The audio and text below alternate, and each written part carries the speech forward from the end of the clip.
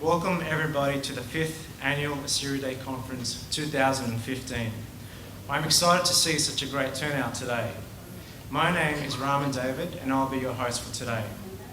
The Assyria Day Conference is proudly brought to you by the Young Assyrians and the Assyrian Universal Alliance of Australia chapter. It has never been a more important time for the Assyrian community to remain strong as a single nation. As you are all aware, the Assyrians in Iraq and Syria remain persecuted by Daesh and continue to be subject to basic violations of extreme human rights. Many Assyrian families remain displaced, their property looted and confiscated. In the last 4 months alone, 45 churches have been destroyed. Our precious artefacts also destroyed. Clergy have been targeted, abducted and killed. And as many 200 Assyrians kidnapped in Syria in February this year are still not accounted for. The objective of today's conference is to advocate the following: the rights of the Assyrian people to safely return to their homeland, the rights to exist in harmony, peace and security with our neighbours, and to be able to continue on with our Christian faith and traditions without persecution, and most of all, a homeland for the Assyrian people. Firstly, I would like to acknowledge the Gandangara people who are the traditional custodians of this land. I would also like to formally welcome our guests of honour, the Honourable Chris Bowen, the Shadow Treasurer and Federal Member for McMahon, who will be joining us shortly, the Honourable Reverend Fred Nile, MLC, Mr Guy Zangari, Member for Fairfield, who will also be joining us shortly, Mr Hermes Shaheen, Vice Secretary General of the Assyrian Universal Alliance, Mr David, the President of the Assyrian National Federation, Mr Simon Hessavian from the Assyrian Charity and Educational Committee, Mr Craig Kelly, Member for Hughes, Dr Hugh McDermott, Member for Prospect, the Honourable David Clark, MLC, Mrs Tanya Davis, MP, Member for Mulgoa, Councillor George Barcher from Fairfield Council, Ms Susie David, Advisor to the Secretary General, AUA, Mr Ninos Aaron, Chairman of the Young Assyrians. Now I would also like to formally welcome our guest speakers for today. Elizabeth Kendall from Christian Faith and Freedom, Mr Peter Wertheim, Executive Council of the Australian Jury, Joseph Howell from Syrian Church of the East Relief Organisation. Thank you all for accepting our invitation to speak at the Assyria Day Conference. We look forward to your presentations. Now also I'd like to formally acknowledge our guests from various Assyrian political parties and community organisations in no particular order. Mr Peter Tadros, the Australian Coptic Movement, Mrs Karen Boss from Christian Faith and Freedom, the Assyrian Australian Association, the Assyrian Australian National Federation, the Assyrian Charity and Educational Committee, Abna Al-Nahrain, the Assyrian Australian Academic Society, also known as TAS, the Chaldean Syriac Assyrian Popular Council, the Assyrian Bawa Association, the New South Wales Babylon Cultural Organisation, the Assyrian Sports and Cultural Club, and the Assyrian Patriotic Party. Now, to officially open the 2015 Assyria Day Conference, I would like to introduce our opening speaker and guest of honour. His achievements include the honours in the Australian Defence Medal Award after 7 years with the Army Reserve, qualifications including the Doctor of Philosophy Laws from the King's College London, London University, and a Masters of Labour and Law Relations from the University of Sydney. He is also currently serving as a Barrister of Law in New South Wales and High Court of Australia. He has been a strong supporter of the Assyrian community and continues to support the establishment of an autonomous Assyrian province in northern Iraq, and has publicly expressed his desire to tread on the soil of our ancestral homeland once established. Could you please welcome to the stage Dr Hugh McDermott, Member for Prospect.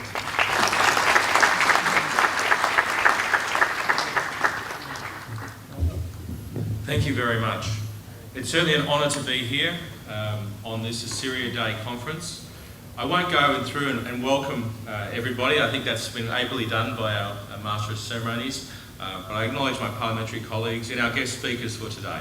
I'm sure that what they have to say is going to be very interesting.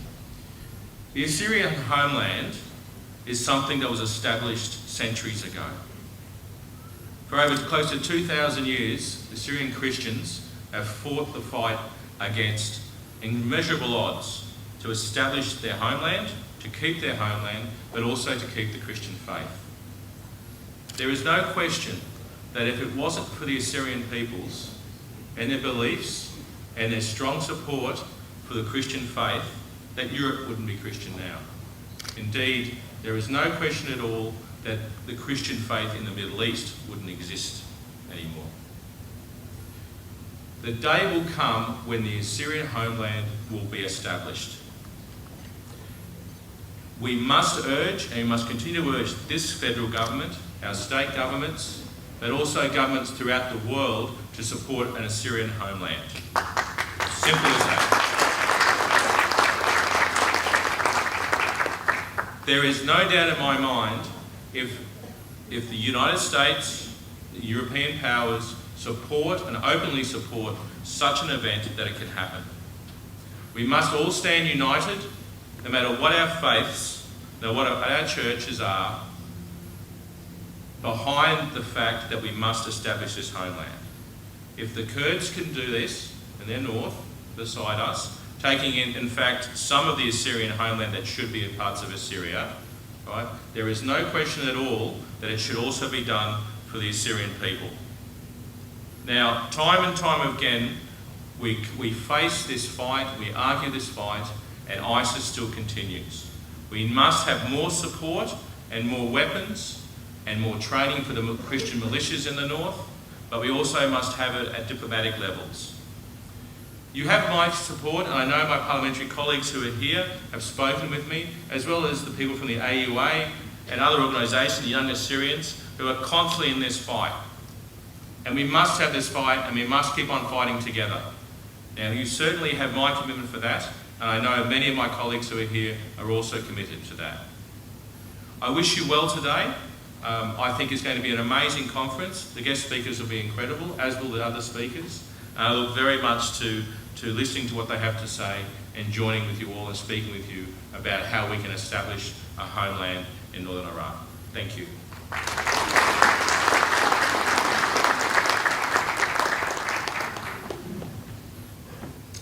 Thank you, Dr. Hugh McDermott, for such powerful comments.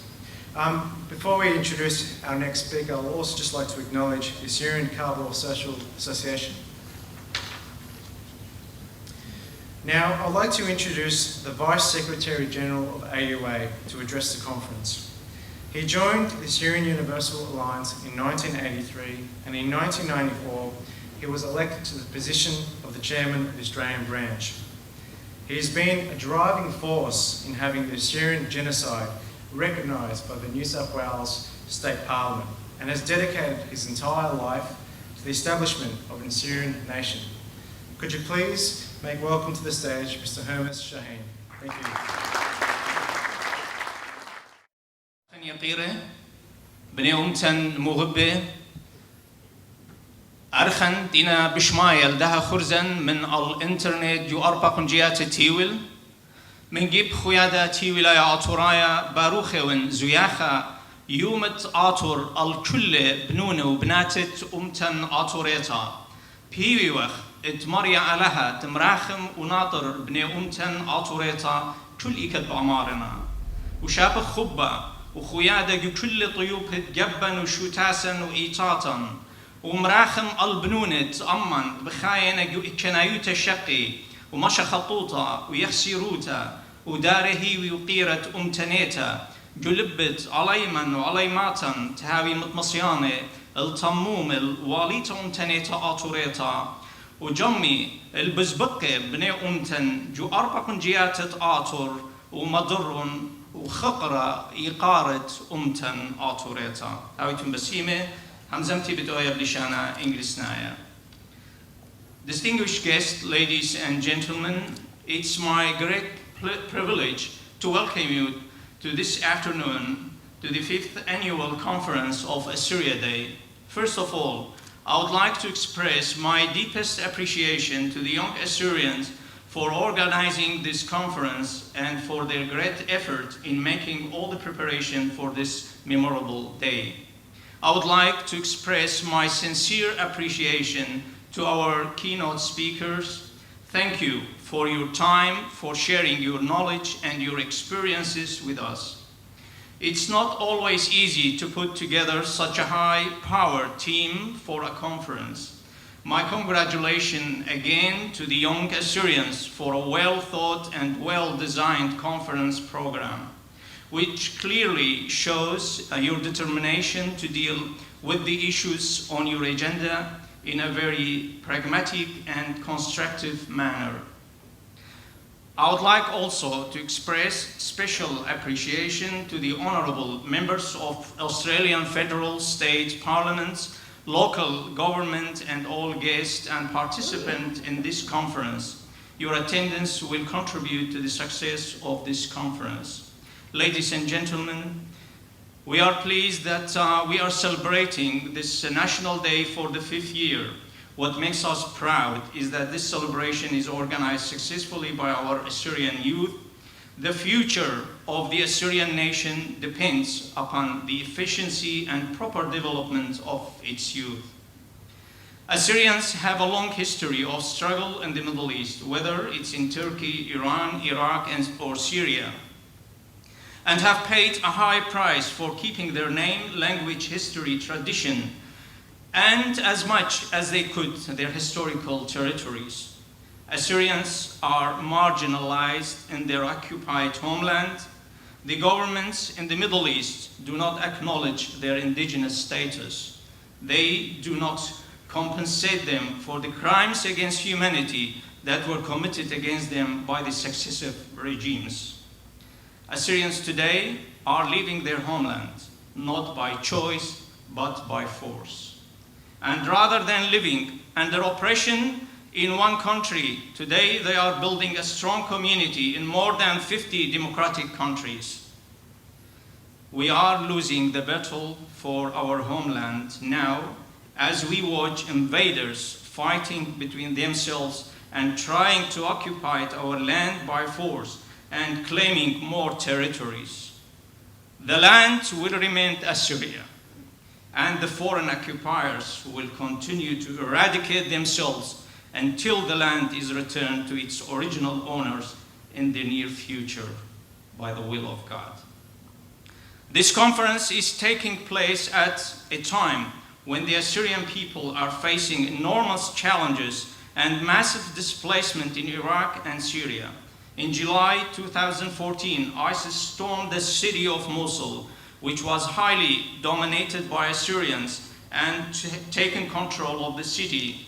From there, they pushed their way into the neighboring villages in the Nineveh Plain, a vast area that has been a home to Assyrian for thousands of years, and fiercely displaced an estimated 200,000 out of their homes, towns into the northern Iraq. On February 23, 2015, ISIS also attacked 35 Assyrian villages and towns on the banks of Khabur River in Syria.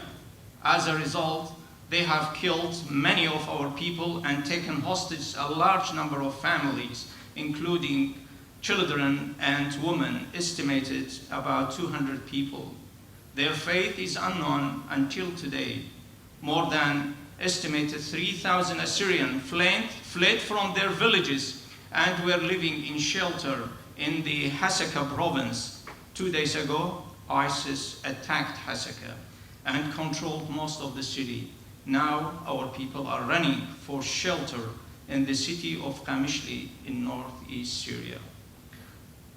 Today, the Assyrian question is becoming an international question, which cannot be neglected or dealt with passively. The international community must allow this subject to enter the present political arena as a priority for consideration and action. Australia and the international community have a moral and humanitarian obligation to defend, protect, and improve conditions of our Assyrian people in our ancestral land. They should help the Assyrian in order to have a state of their own. The Assyrian are calling for establishment of a geographically viable demarcated region in the historical Assyrian land in northern Iraq as a part of the modern-day Federal Republic of Iraq.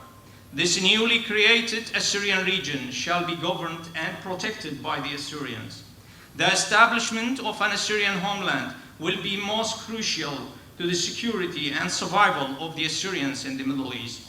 This action will also encourage the Assyrian refugee, whether those in the homeland or in diaspora or internally displaced, to return home. Furthermore, such an Assyrian region will be a Middle Eastern success story of freedom, democracy, the rule of law, economic prosperity, and an example not only to the region but to the world. It's time for the advocates who call for democracy, justice, and human rights to stand up for the rights of the indigenous Assyrians of Iraq. Happy Assyria Day, and thank you.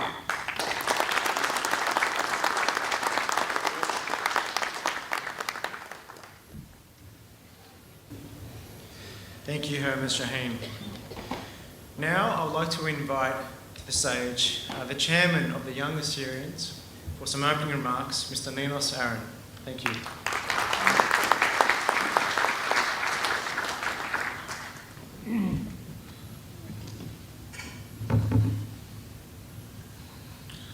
Good afternoon, friends and guests. I'd like to begin by acknowledging that this meeting is being held on Aboriginal land and recognise the strength, resilience and capacity of Aboriginal people in this country. As we share our knowledge today and learn from our guest speakers, may we also pay respect to the knowledge that is deeply embedded forever within the Aboriginal custodianship of country. A big thank you to everyone who has attended here today. You have made this conference a success right from the get-go. Although this event has already been proven successful, it is a bitter-sweet success. Sweet because we gather here today in freedom to celebrate our ancient nation and culture and to strategize for its future, sharing our ideas and our common hope. Bitter, of course, because yet again Assyrians have been victims of sectarian and tribal conflicts, costing them their lives and disenfranchising them and keeping them from their rightful land. Today we bear witness to one of the greatest dangers our people face in their ancestral homeland, in our entire history, which spans over 7,000 years.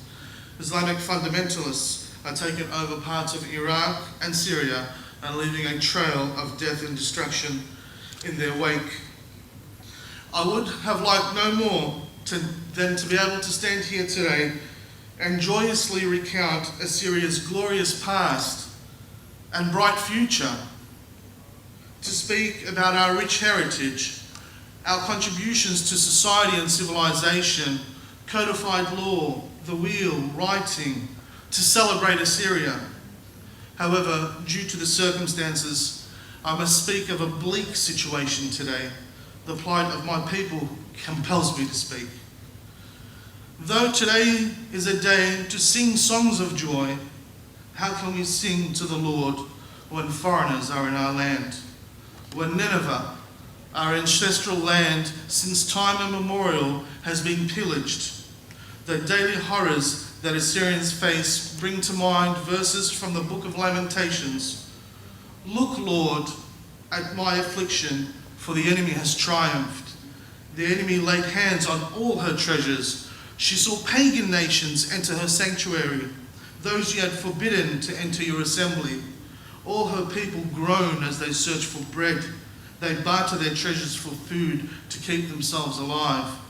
Look, Lord, and consider, for I am despised. Is it nothing to you all you who pass by? Look around and see, is there any suffering like my suffering that is being inflicted upon me? Unfortunately, my brothers and sisters, this sums up the pitiful situation of our people in our homeland right now in Nineveh. Therefore, I am forced to remember to never forget my people. And I say, if I forget you, Nineveh, may my right hand forget its skill. May my tongue cling to the roof of my mouth if I do not remember you. So I stand here before you today, as it is my duty to tell you that Assyrians, our people, are suffering because of our ethnicity and of our faith. Today, our nation, once mighty and strong, has been brought to the edge of extinction from the centuries of culling and butchery brought on by those who wish that we were not there, that we did not exist. We in the free world watch helplessly as our brothers and sisters in faith are persecuted beyond imagination, forbidden to worship our God, driven from our homes and slain. We witness the arrests, the torture, the destruction of property of Assyrians in Iraq and can do little. Prayer, of course, is the most powerful we can give, most powerful help we can give. Indeed, it is God's help that they need most of all. But prayer without action, my friends, is dead. That's what the scriptures say. Our words are feeble in the midst of the onslaught by ruthless terrorists, and action is what will stop this madness. The Assyrian people need good people, people of faith, to act. Over the past 1,000 years, our people have repeatedly had to ask, why would God allow his followers to suffer defeat, subjugation, exile, and enslavement? We find some answers in biblical precedent. Deeply embedded in Jewish and Christian thought is the idea of the righteous remnant, the community that survives tribulation only to follow God's commands still more exactly. Perhaps this exile of our people that initially seems a nightmare might form a part of this greater plan to have Assyrians return to Nineveh safely, to live and govern themselves, to worship the Lord without fear of persecution. The beginning, my friends, of the Tri-Nation Highway prophesied by Isaiah over 2,700 years ago, where the Assyrians and Egyptians, together with Israel, would be a blessing upon this earth. It is my heart's desire to see this highway built, a highway that will ensure the safety of Assyrians in the Middle East. The first few bricks have been laid, but the road ahead is long. The work of the Assyrian Universal Alliance will not cease until our people, the Assyrians, have been granted their God-given rights in our ancestral homeland, where Christmas and Easter and all our 7 feasts can be celebrated in safety and security. The task ahead is massive. Actually, it's biblical in proportion, but that is what gives us hope, the fact that this is ordained from above. As the AUA and the young Assyrians have proven genuine in our efforts, we thank you for your continued support. Together, we can bring about the change. Shoulder to shoulder, we can resist those who wish to harm us and bring peace to our ancestral lands. It brings me great joy to see the friends of the Assyrian Universal Alliance here today. We look forward to working with you closer and strengthening the bonds between us. I'll leave you with a passage from Ecclesiastes. 2 are better than 1 because they have a good return for their labour. If either of them falls down, one can help the other up. Though one may be overpowered, 2 can defend themselves, and a cord of 3 strands is not quickly broken. To those who are listening here today, whether here today or overseas via this broadcast, I ask, will you put your hand in ours? Will you help to bring about the change we so greatly desire? Together, we can re-establish the Assyrian nation. And I truly look forward to hearing from you all on how we can collectively contribute to the Assyrian cause. I wish you all a very happy Assyria Day. Chaya Atul. God bless Assyria and God bless Australia.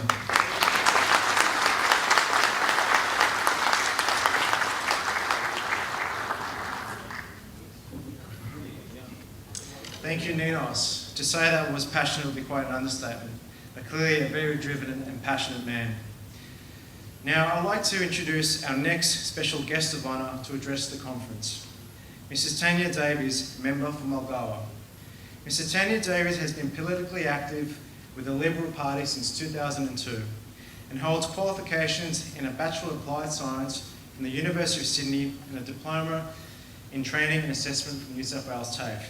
Mrs. Tanya Davis is a new friend to the Assyrian community and yet has been a strong vocal supporter of the need to recognise genocide perpetrated by the Ottoman Empire against the Assyrians. She has attended many public Assyrian events and showed much support for our aspirations. Please welcome to the stage Mrs. Tanya Davies. Thank you.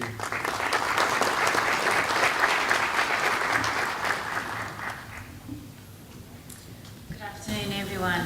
Friends of Assyria, my parliamentary colleagues, upper house members, members of federal parliament, local council and state parliament. It is my great privilege and a great honour to be with you this afternoon as we observe today recognition for the call for an Assyrian homeland. And here in Sydney, as well as all places around the world, we join together, we link arms together, and we call for the right of the Assyrian people to have their homeland. We remember what has happened in the past, and we also have great expectation for the future. We never lose our hope. I am encouraged as I look around the room and see the continuing unity between the Assyrian people and our wider community here in Sydney as we stand firm in our faith together. Assyria Day is of great significance in highlighting the right and the call of the Assyrian community for their own homeland.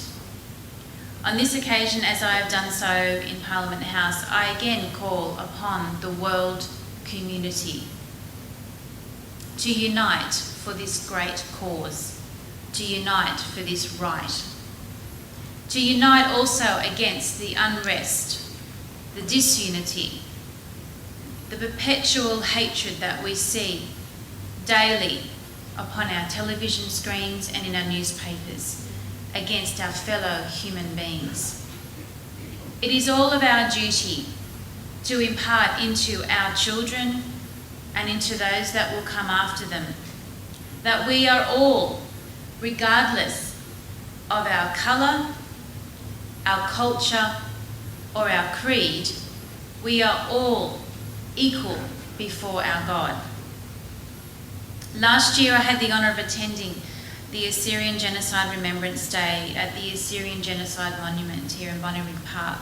There were hundreds of Assyrian men, women and children who were in attendance to honour, to commemorate and to pray for those who have gone before us.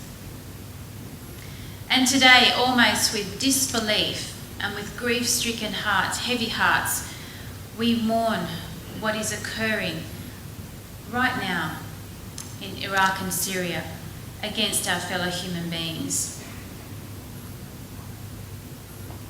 Against people of peace, against people of Christian faith, against such a culture that has lasted for millennia.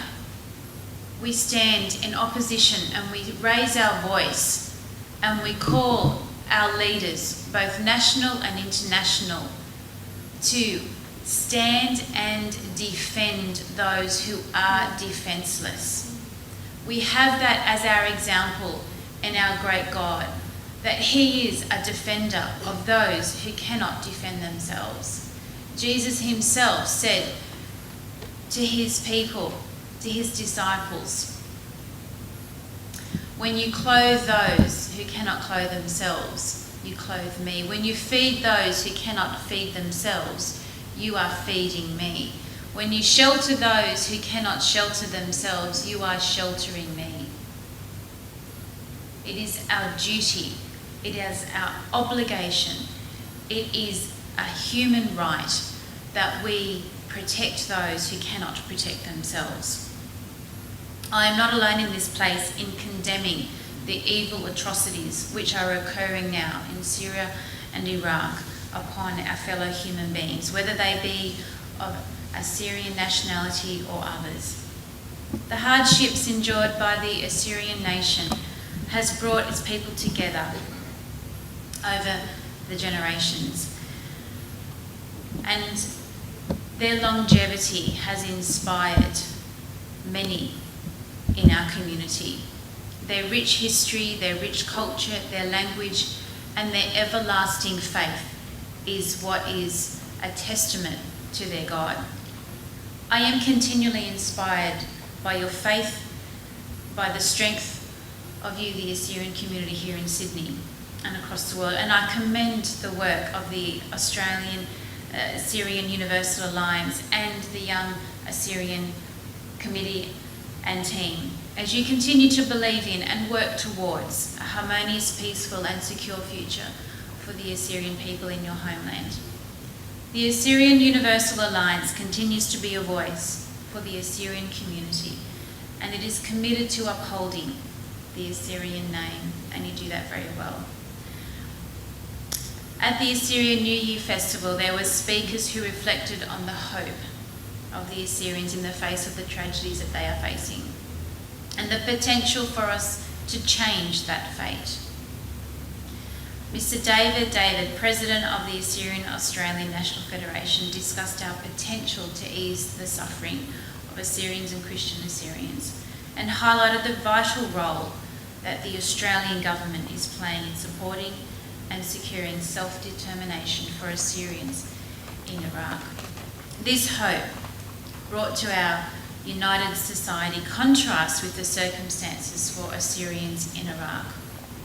Australian Assyrians continue to not only work towards a better situation and the right situation for Assyrians overseas, but also to contribute to our local communities in such a way that makes us all proud and grateful to be Australian. I am today reminded of and inspired by the faith, unity, strength and single-mindedness of the Assyrian Australian community.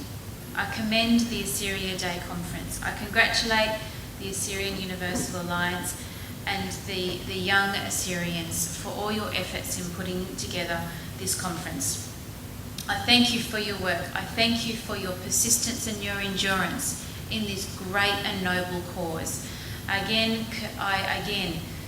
stand here and offer my unrelenting support to you all. I extend my support to Mr. Shaheen, Mr. David, and to you all.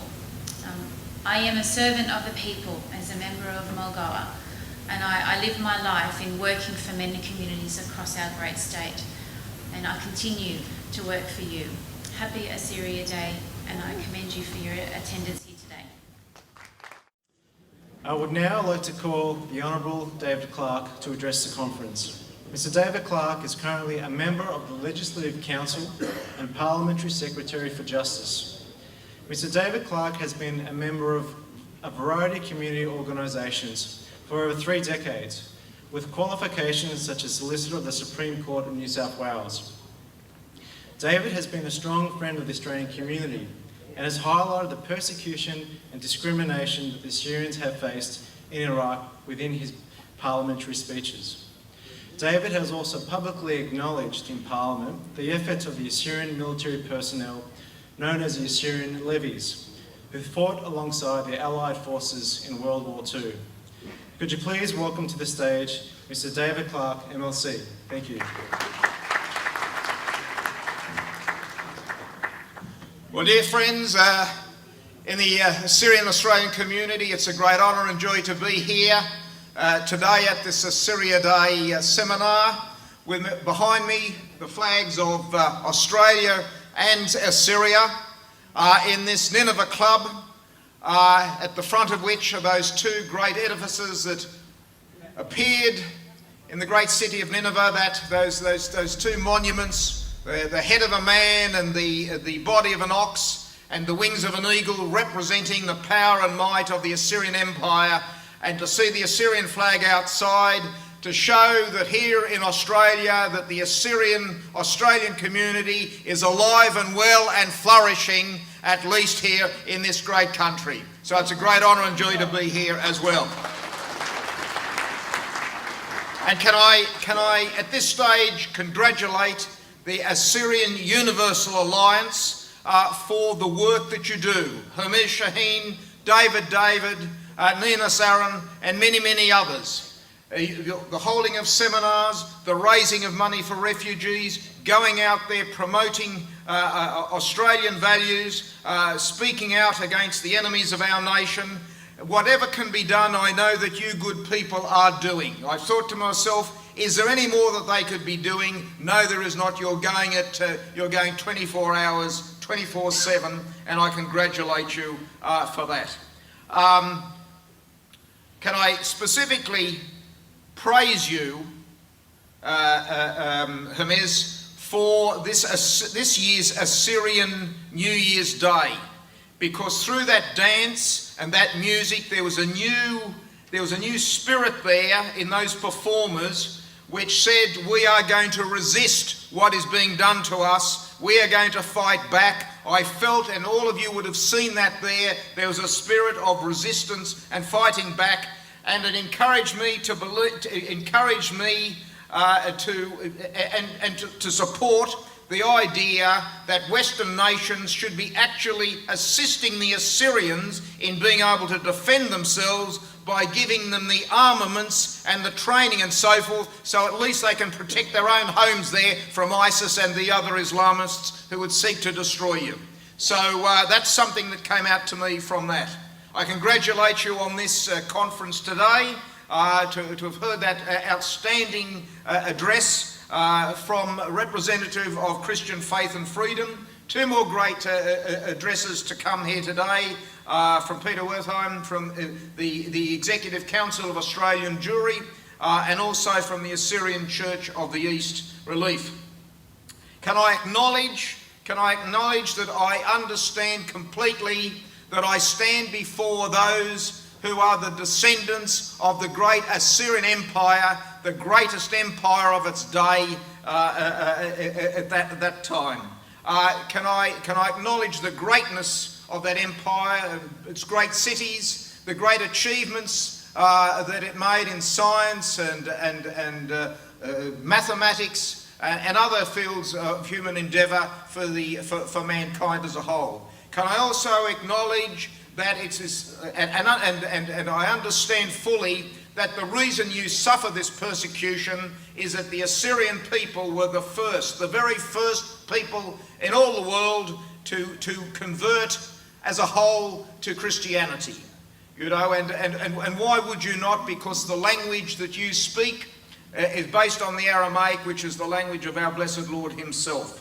So we understand that the persecution you are suffering is because of your religious faith, because of your perseverance, and at the end of the day, our Lord said that he would be with us until the end of time, and I believe that he will be with his Assyrian faithful to the end of time, and our Lord promised that the gates of hell would not prevail against the faithful, and at the end of the day, I believe as was said by the speaker earlier, that there will be that remnant that will carry on, that the gates of hell at the end of the day will not prevail against the Assyrian community in the Middle East.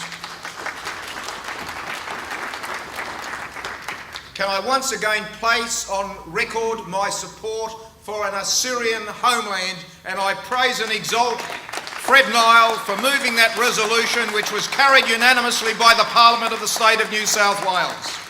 You achieved a great thing there, Fred, in what you did there.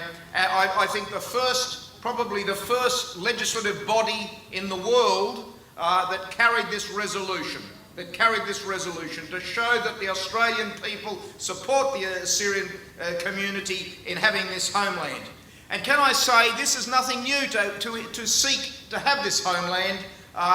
It has happened in many places around the world. The state of Yugoslavia consists of 6 separate states, all ethnically based.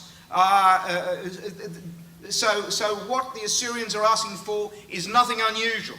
The old Soviet Union has gone down, has been split up according to ethnic communities, down to a small country like Latvia with only 1 million people. In Great Britain itself, The Welsh have in a way, a homeland. They have their own parliament. The Scottish people have their own parliament. There's even talk that the English will have an English legislature as well as the national parliament at Westminster. In New Guinea, there's the Bougainville Parliament, a regional parliament there. In Australia and Canada and the United States, there is an understanding now that the Indigenous people have to be represented and they have land rights. There are programs out there to preserve their languages and so forth. So what you are seeking is a very, very doable thing, a very doable thing. And so we hope and we pray and we need to work for that Assyrian homeland. Now when it comes, of course, to preserve it is another thing, because we see the evil of ISIS and so forth spreading in that area. And let's be candid about it. Let's be candid about it. There is one major issue in the world today, and that is the spread of Islamist fundamentalism, Islamist jihadism. That is the issue which is facing the world. These people are at war with every part of the world. They're at war with Catholics. You can see the terrorist activities in the southern Philippines. They're at war with Protestants. You see what Boko Haram is doing in Nigeria. They're at war with the indigenous people of Egypt, the Copts. We see what's happening there. They're at war with the Orthodox. We see what is happening in Russia and in the Balkans, what has been going on in Kosovo and other areas. They're at war with the Hindus of India. They're at war with the indigenous people of Israel, the Jews, and we've heard about that today. They're at war everywhere in the world. Terrorism in every country, in New York, in Washington, in Madrid. Here in Sydney itself, we've had terrorist deaths through terrorism. So it's a worldwide phenomenon. One that the Assyrians have been experiencing for decades, we are now experiencing in this country as well. So the question is, what can we do about it? What can we do? Well, first of all, one of those things is we need to cut off funding going to these terrorists. Funding from Australia, that's something that is doable. Something that is doable. Secondly, we should stop funding coming in from overseas to spread these fundamentalist views that encourage and incite terrorism to come forth. So we need to stop funds going out, and we need to stop funds coming in which infiltrate into some of our educational institutions. We have to be on guard continuously about the onslaught of those who, in effect, give safe haven to those forces of terrorism. For example, this fellow Marley, whatever his name was, who appeared on Q&A the other night. What an outrage it is that he appears on a television network funded by taxpayers, and you're all taxpayers, funded to incite people to terrorism, to justify terrorism, and the management of the ABC worked hand in glove with this man. They paid for him to be brought to that studio. They allowed him that national platform, and a platform internationally as well, because that program goes overseas. What a disgrace that is.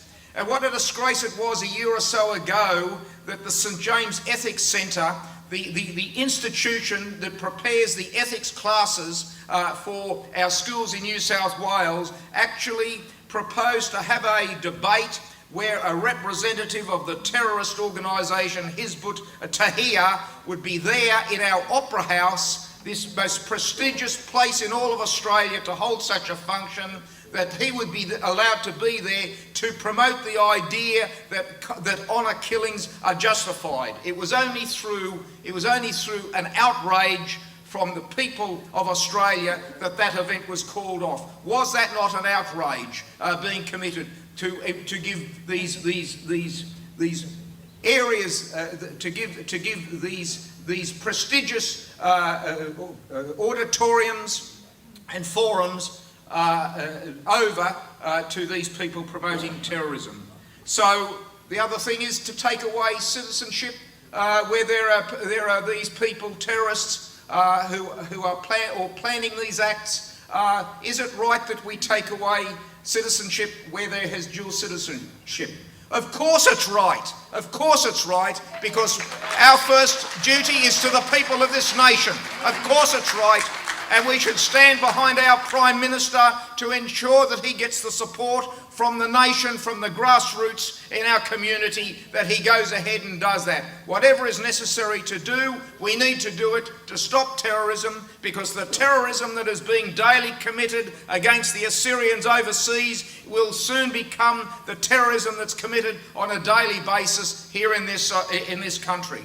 So, dear friends, a wonderful day today. I once again confirm my commitment to the great cause that you're engaged in. You asked me to come and I'll come. You asked me to speak and I'll speak. All of the members of Parliament here, you ask them to do whatever you want them to do to help your cause, and they will do it. So at the end of the day, the victory will go to the forces of good over evil. I believe that will happen, and we keep praying, we keep fighting, and at the end of the day, we will win through. I believe that God will see to that. Thank you very much. Thank you, David Clark, for those powerful, strong words. It's actually good to see someone get straight and frank to the point. Now, I would like to introduce our next guest speaker, Mr. Craig Kelly, member for Hughes, to address the conference. Mr. Craig Kelly is a dear friend of the Assyrian community. Mr. Craig Kelly was elected to the House of Representatives for Hughes in New South Wales in 2010 and 2013. He has been a strong advocate in the federal parliament on the need to recognise the genocide that occurred against Assyrians and Armenians and Greeks by the Ottoman Empire. He has also been a strong supporter of the notion of establishing an Assyrian homeland. Could you please make feel welcome to the stage, Mr. Craig Kelly? Thank you. Thank you so much. First, I'd like to start by acknowledging my very good friend from the State Parliament, David Clark, from the Liberal Party. David, thank you for your strong and passionate words as always. I'd also like to acknowledge Ms Tanya Davis, our member from Malgola, is that correct? I think so, yes. And of course, the Reverend, the indefatigable Fred Nile. Thank you again, Reverend Nile, for being here. Ladies and gentlemen, I was first elected in 2010. Before I was elected to Parliament, I'd spent a good decade working and travelling throughout the Middle East. So I believe when I came to Parliament, I had a very good understanding of the problems facing the Middle East and the challenges that we have. I went to your first, also acknowledge Chris Bowen, Chris Bowen, the Shadow Treasurer. Welcome, Chris Bowen. Sorry, I just saw you walk in. I apologise, Chris, for seeing you there. Going back in 2010, every time I turn up to the wonderful Assyrian Day we have out at Fairfield Showground, I had this glimmer of hope in my heart that I believed that the Assyrian people were getting closer and closer and closer to having a homeland of their own. But I have to stand here and say today, in 2015, I don't share that same glimmer of hope today. I had a briefing from our Defence Intelligence people at Parliament this week, updating us on the current situation on the ground in Syria and Iraq. And the news, unfortunately, is not all that encouraging. Even though our forces are doing well at training the Iraqi army, and our strike force jets are causing havoc to ISIL, we see the forces of darkness and the forces of evil continue to increase their presence through Syria and Iraq. The question is, what can we do, or what should we do about it? I'm a great reader of the works of Adam Smith, who wrote The Wealth of Nations almost 250 years ago, and I believe one of the most insightful works were ever written. And one thing that Smith talked about, that he had a positive view of the future because he looked at history. He looked back to Roman times where the barbarians had the advantage through strength of numbers. But he realised the societies that developed and progressed and became more technologically advanced over time would eventually have the ability to defeat the barbarians. And that's what we've seen throughout recent history. We look at the technology that we have today in the West, done through our economies, open societies and innovation. That society has built us with a powerful military force through technology. But if we are going to defeat the Islamic extremists, we cannot hold our punches back. We need to use the technology and the resources that we have. We need to take those risks. And that would mean, yes, putting Australian forces in the way. And one of the hardest things that I've ever had to do in this job was go to a military funeral. A funeral of one of the Australian diggers that were killed in Iraq. And to see that soldiers, that dead digger, his grieving widow and his grieving children. One of the hardest things I've had to do as a Member of Parliament. But we have to realise that the freedom that we enjoy and freedom for the Assyrian people will never ever come for free. It will come at a heavy price. And what we need to do is encourage our American friends to take the lead. Because ultimately, we rely on America's military strength. The Americans have to understand that they cannot turn their back. They cannot go into this fight half-hearted. They cannot stand by and see the forces of Islamic extremism continue to increase their power and their strength throughout the Middle East. And we need to tell them that if they go into the battle, that we as Australians will be standing side by side and give them every support. Coming to the situation back here in the ground in Australia. I agree with David Clark's sentiments.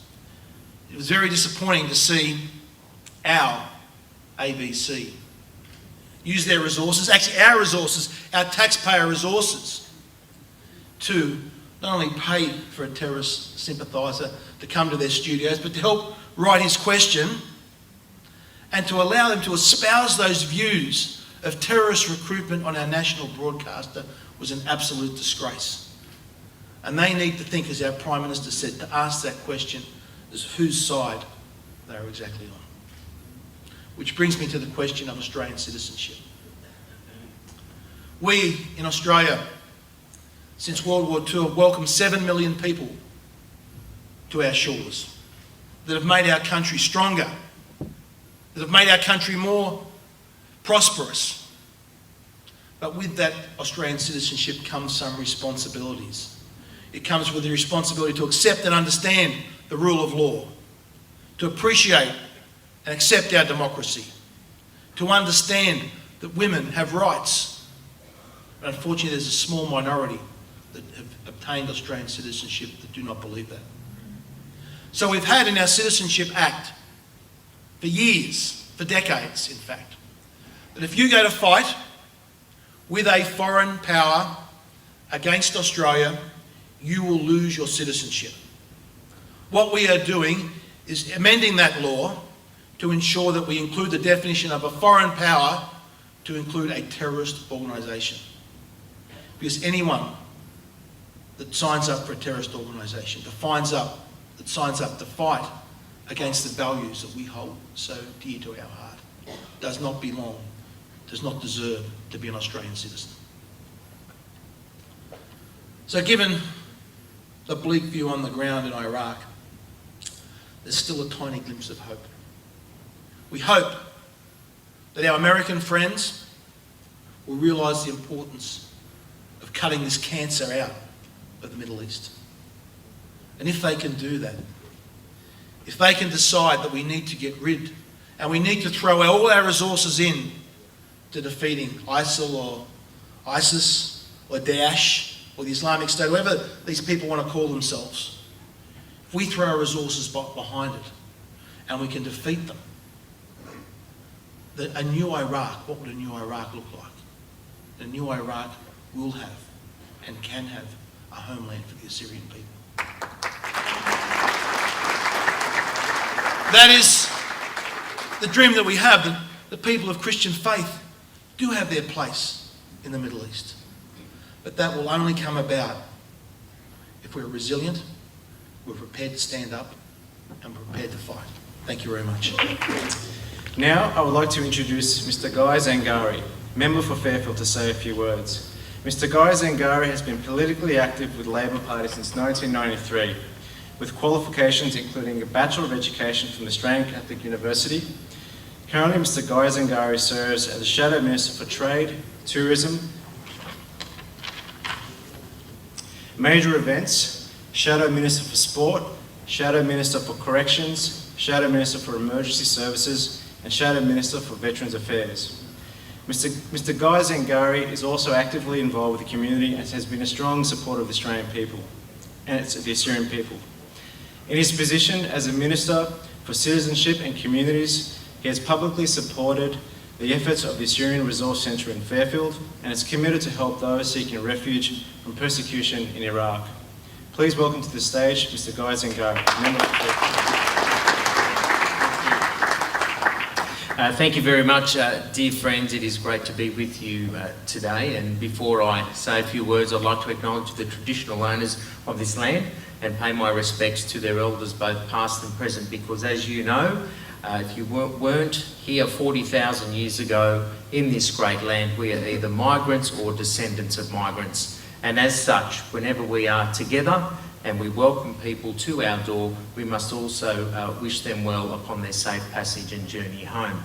I would like to thank the young Assyrians for putting on today. It is very important that a day like today is put on, because what it basically does is encourages young Assyrians in our community to take up their culture, to ensure that their language is promoted, and to ensure that they remember where they came from.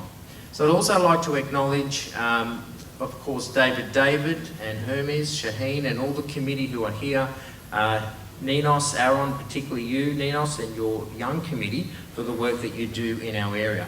And of course, all my parliamentary colleagues, both federal, state, and local government who are here. But ladies and gentlemen, as the local member for Fairfield, I can lay claim to having the highest percentage of Assyrians in my electorate compared to a lot of electorates right across Australia. So that, for me, is an absolute privilege and honour. One thing that saddens me, though, as a local in the area and as someone who has travelled the world, I have been able to travel to Europe, I've been able to travel to America, North America and South America, I've been able to travel to Asia. Well, one thing I haven't been able to do is to travel to Iraq. And that saddens me, because of all the cultural groups that I have, unfortunately, I cannot go there. And you know the reasons why. And that saddens me. Every single day, there are people knocking on my door as a state parliamentarian who would like help. And of course, as an elected official, you help those people who are most vulnerable in your community. And I can tell you right now that the Assyrian community are at that point in our country where they are very vulnerable. From the torture, from the stress, from the anxiety of coming into a new country. It is the role of elected officials like myself, Hugh McDermott, and of course Chris Bowen and Craig Kelly, who are here to ensure that we do the best we can when our brothers and sisters arrive in this country. Now, as you know, in Australia, we're quite unique. We are a mix of different cultures. People often ask, what is the traditional Australian? And I say, well, it's very simple. Come to Fairfield and walk down Smart Street, there is traditional Australia, because it is made up of many different people. And that itself has many different struggles for people coming in. But one of the things that we need to do is to ensure that when our Assyrian brothers and sisters arrive here in Fairfield, that they are adequately housed, that they are provided with adequate education for their children, and that they are provided with the best possible health care. And I also want to throw in that they are provided with the best possible counselling services. Because you know, I don't need to tell you, you know what it is like to be kicked out of your homeland. You know what it is like to be put in another place for 6 or 7 years, where you don't speak the language, not knowing where you're going to go. And then you know what it is like to arrive in a country like Australia, where, as I said, it is diverse and it is very difficult to understand, particularly if you do not speak the language. So there are things, brothers and sisters, my friends, that we need to do. And I think, as people in Australia, we need to ensure that when our relatives arrive here in this country, that they are getting the best possible start. I'd like to acknowledge our guest speakers who are here as well, for their support of the Assyrian community. I know only full well from having spoken to the committee members what it means for you being here today, so I thank you very much for being here. So, ladies and gentlemen, in my short address this afternoon, I want to put it on the agenda to say that I know that Hugh McDermott has said this, and so has Chris Bowen, that we look forward to the day that we can go back to your homeland and walk freely with you. I would like to do that. I'd like to bring my children there. I'd like to bring my wife there. But we know that there is a struggle ahead, and I think we can confront it together and work on this to ensure that you ultimately have your homeland. Because when you see what is happening with the destruction of ancient relics, with the destruction of sacred sites and the culture, we as humans cannot let this occur. I will say to all of you, thank you for giving me this wonderful opportunity to be here, and I look forward after the conference to having a quiet cup of tea and a chat with you. Thank you very much.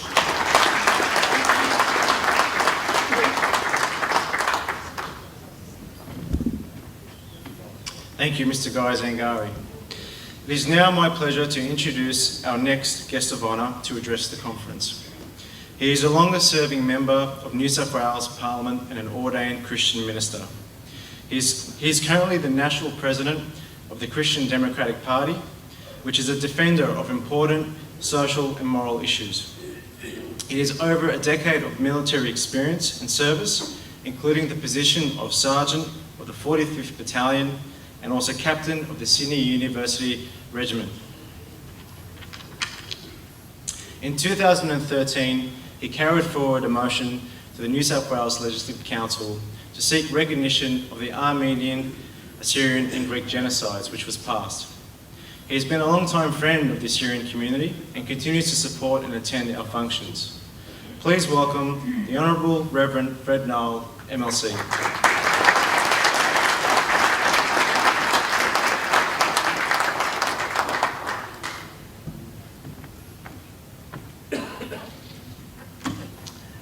Ladies and gentlemen, and my parliamentary colleagues from both local government, state government, federal government, greetings.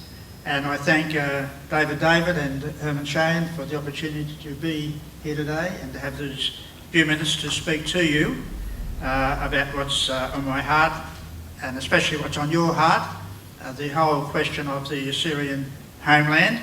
That's why I was pleased to move the motion in 20th of March 2014, where the motion was passed unanimously by all the political parties in the state upper house and then in the state lower house. That meant the Liberal parties, Labor Party, the National Party, the Greens, the Shooters Party, and of course the Christian Democratic Party.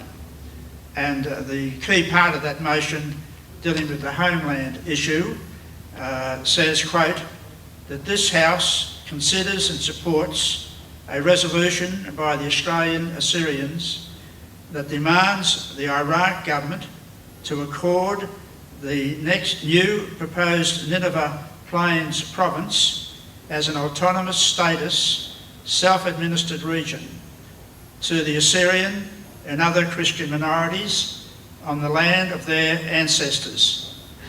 in the north of Iraq, that is the territory located between the Great Azab and the River Tigris, and that the newly created Assyrian region in the said territory shall be administered and protected by the Assyrians under the jurisdiction of the Central National Government. So that was the motion. So I was very pleased that was passed unanimously. And I know I'm known to be an optimist, and I plan at some future date. I have led delegations to Armenia last year, and next week I'm leading one to Macedonia. I like to visit these nations that have such a strong Christian heritage from the very beginnings of the Christian faith. And I give you my commitment that I will lead a delegation to Assyria, the homeland of the Assyrians, and to attend in Nineveh the creation of the Assyrian state, and to raise the Assyrian flag, over that independent territory. That's my hope and dream. As I said, I'm an optimist, but I think our last speaker from the Jewish area gave us hope, actually gave me hope, because I was never quite sure how it could all be done. But I think he's showed us the possibilities that are there, and the need for us to involve the United Nations directly in our campaign.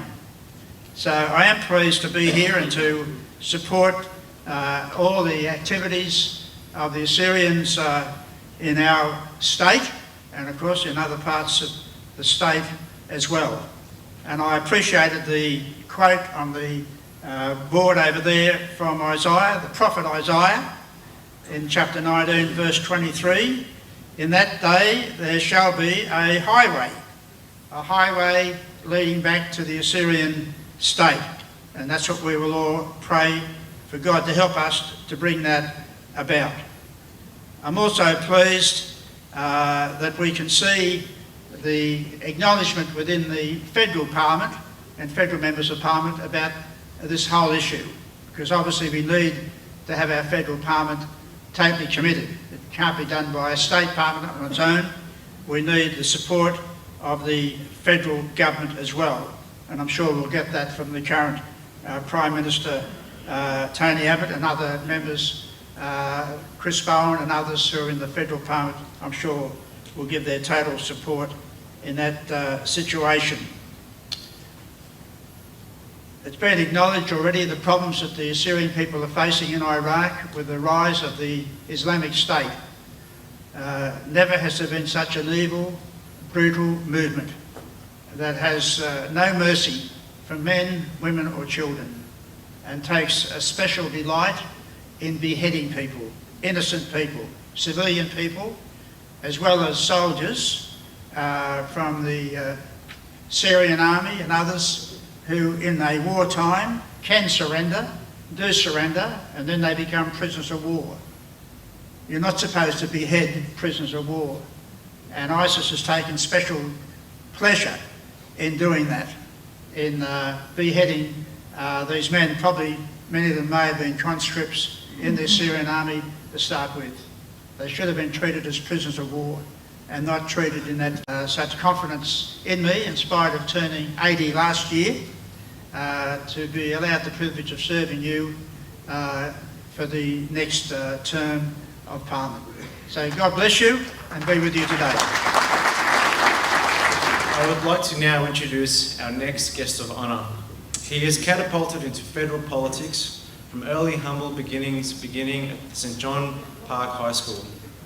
He then graduated with a Bachelor of Economics from the University of Sydney and was elected to Fairfield City Council in '95 and was a Mayor of Fairfield in 1998 and '99. He was briefly the acting leader of the Labor Party and leader of the opposition in 2013. Before this, he served in a number of positions in the Rudd and Gillard governments, including as Minister for Financial Services, Minister for Immigration and Citizenship, and Treasurer. Since being in Parliament, he has tirelessly advocated on behalf of Assyrians, highlighting their struggles and persecutions in Iraq and Syria. Only just in last Wednesday, he rose again to the occasion to speak on the situation that Assyrians are facing in Iraq and Syria in federal parliament. Please join me in welcoming the Shadow Treasurer, the federal member from the Command, the Honourable Chris Bowen.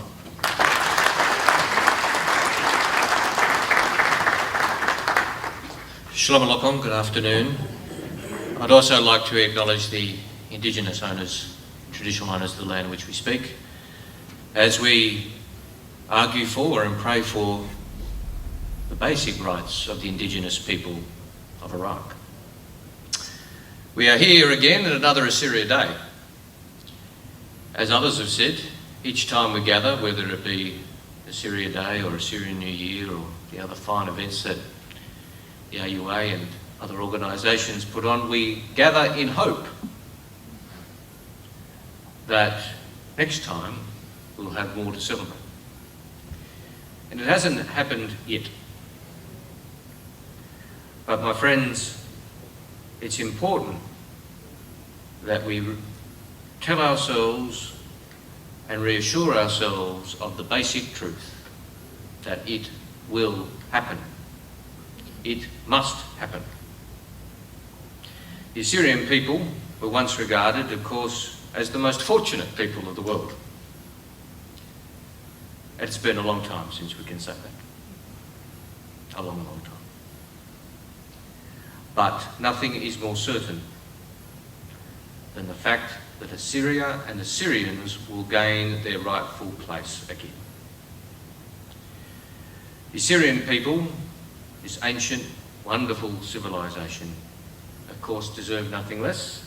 And the reason I'm so confident that that will be delivered is because I know that I know that Assyrians all around the world will not stop fighting until it is so, and I am telling you, we will fight with you.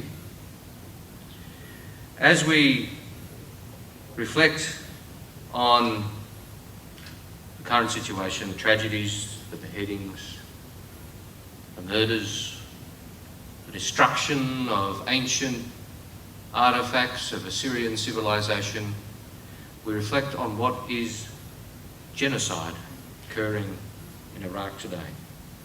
There is much we can draw on as inspiration to keep going. I find it difficult to find a better quote than His Holiness Mar Shimon XXI, Benjamin, of course, who himself became a martyr, who said, and his brother was a martyr, "It is impossible for me and my people to surrender after seeing the atrocities done to my Assyrian people by your government. Therefore my brother is one, but my people are many. I would rather lose my brother, but not my nation." He said that almost 100 years ago, and the battle continues.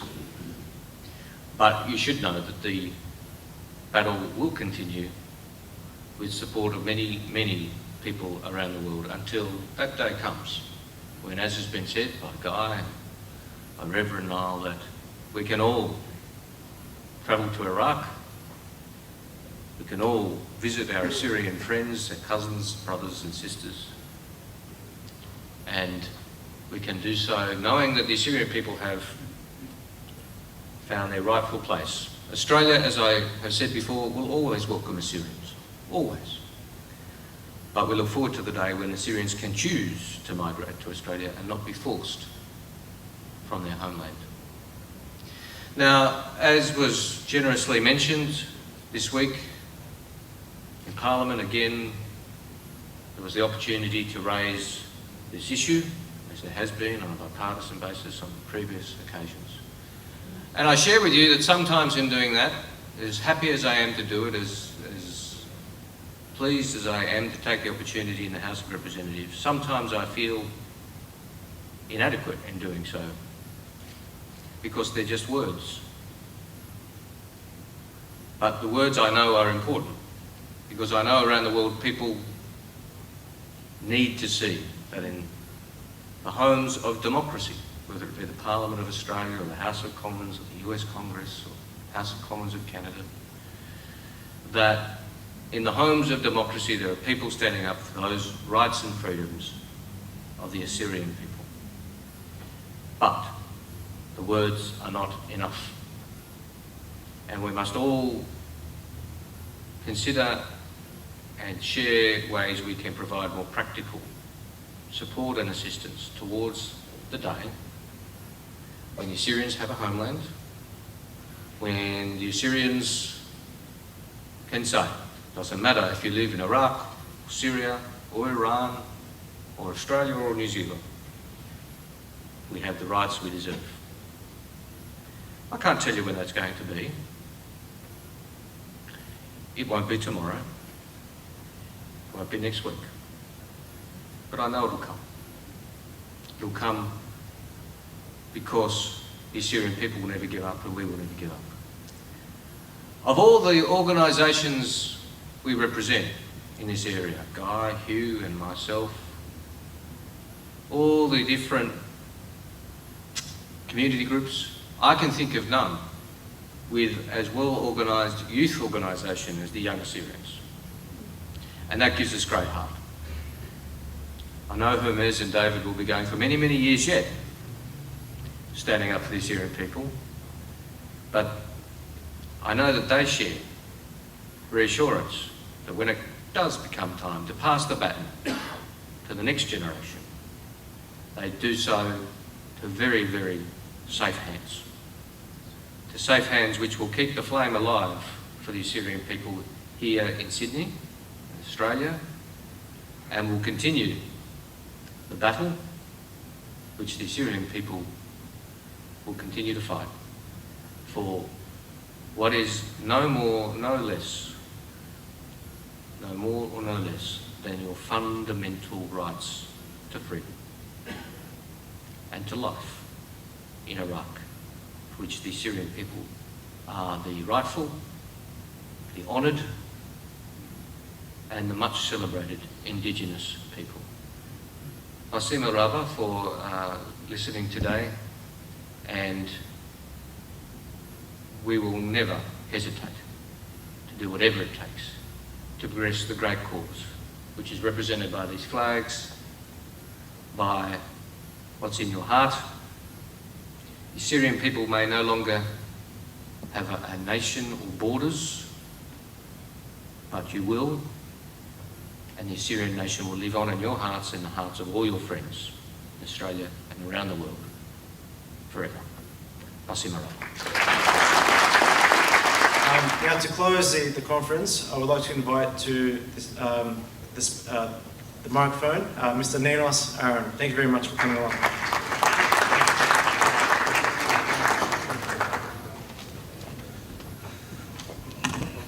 Thank you very much. I'm not going to speak long. The conference is over, and I just want to take this opportunity to thank all the attendees, our guests, and our main speakers. Could you please give them another round of applause for such brilliant presentations? And yourselves, of course, who made this conference such a success. I want to do something different this year because as the chairman, even last year I was up here and speaking, but there was a lot of hard work that went into making this conference a success. So I'd like to call upon the members of the Young Assyrian Committee to come up here for a moment, if you don't mind. They might be a bit camera shy, but could the committee members of the Young Assyrians, yep, I'm looking at you, come up here just for 1 second. Don't have to do it begrudgingly.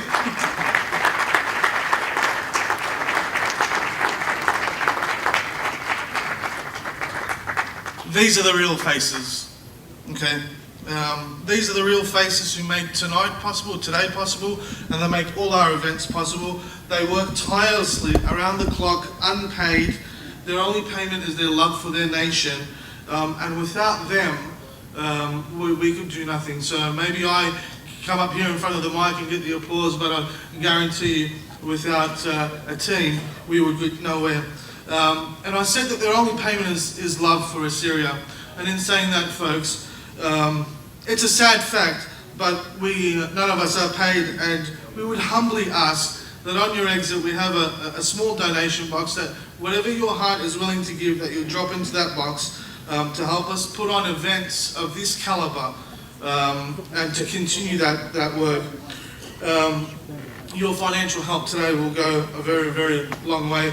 And finally, I do want to say that this team is, I'm proud to say, Australia's most influential Assyrian youth rights movement, and they bring enthusiasm, inspiring ideas and creativity to all our campaigns. And to the young people that are in the crowd, I know it's been a long day, and I thank you for attending this 4-hour conference, but for those people that are in the crowd, we ask for your help today. And we extend our hand and we say, why don't you join our ranks, strengthen our numbers and strengthen our work.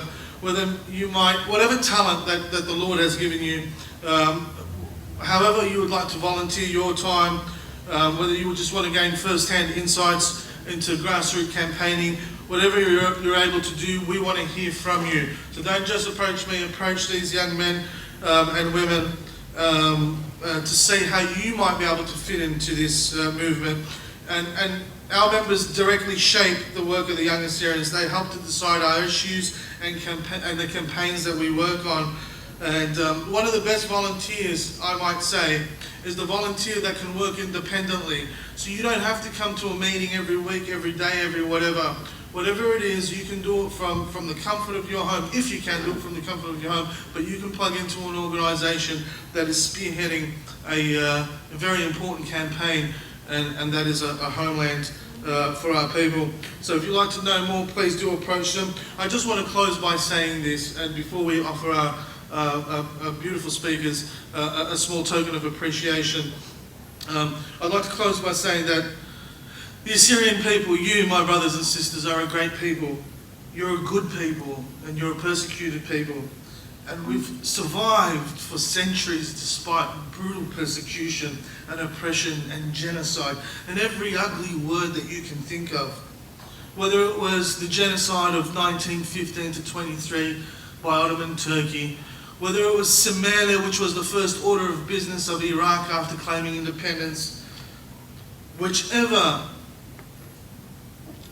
ugly ability that humanity has thought of, our people have been through. We were talking about, Peter was talking about these disgusting videos. That's what our people are going through right now.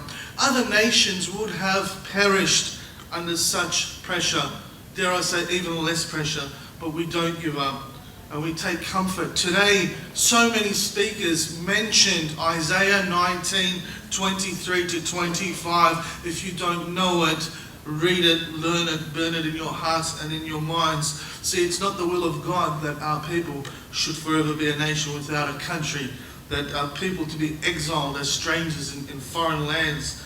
There is going to be the resurrection of the Assyrian nation, and it's going to happen in the former lands that we inhabited. And God has preserved this people, the Assyrians, for a blessed work. There are many nations mentioned throughout the Bible, but only 3 are blessed: Israel, Egypt, and it is my great honour to say Assyria is blessed too. And in saying that, I want to say Happy Assyria Day to all of you. God bless you, God bless this nation, and God bless Assyria. We want to hear from you. Finally, as well, I just want to let you know, in your notebooks, there's a pamphlet about 7th of August. We want everyone there. It's the centennial commemoration. God bless you.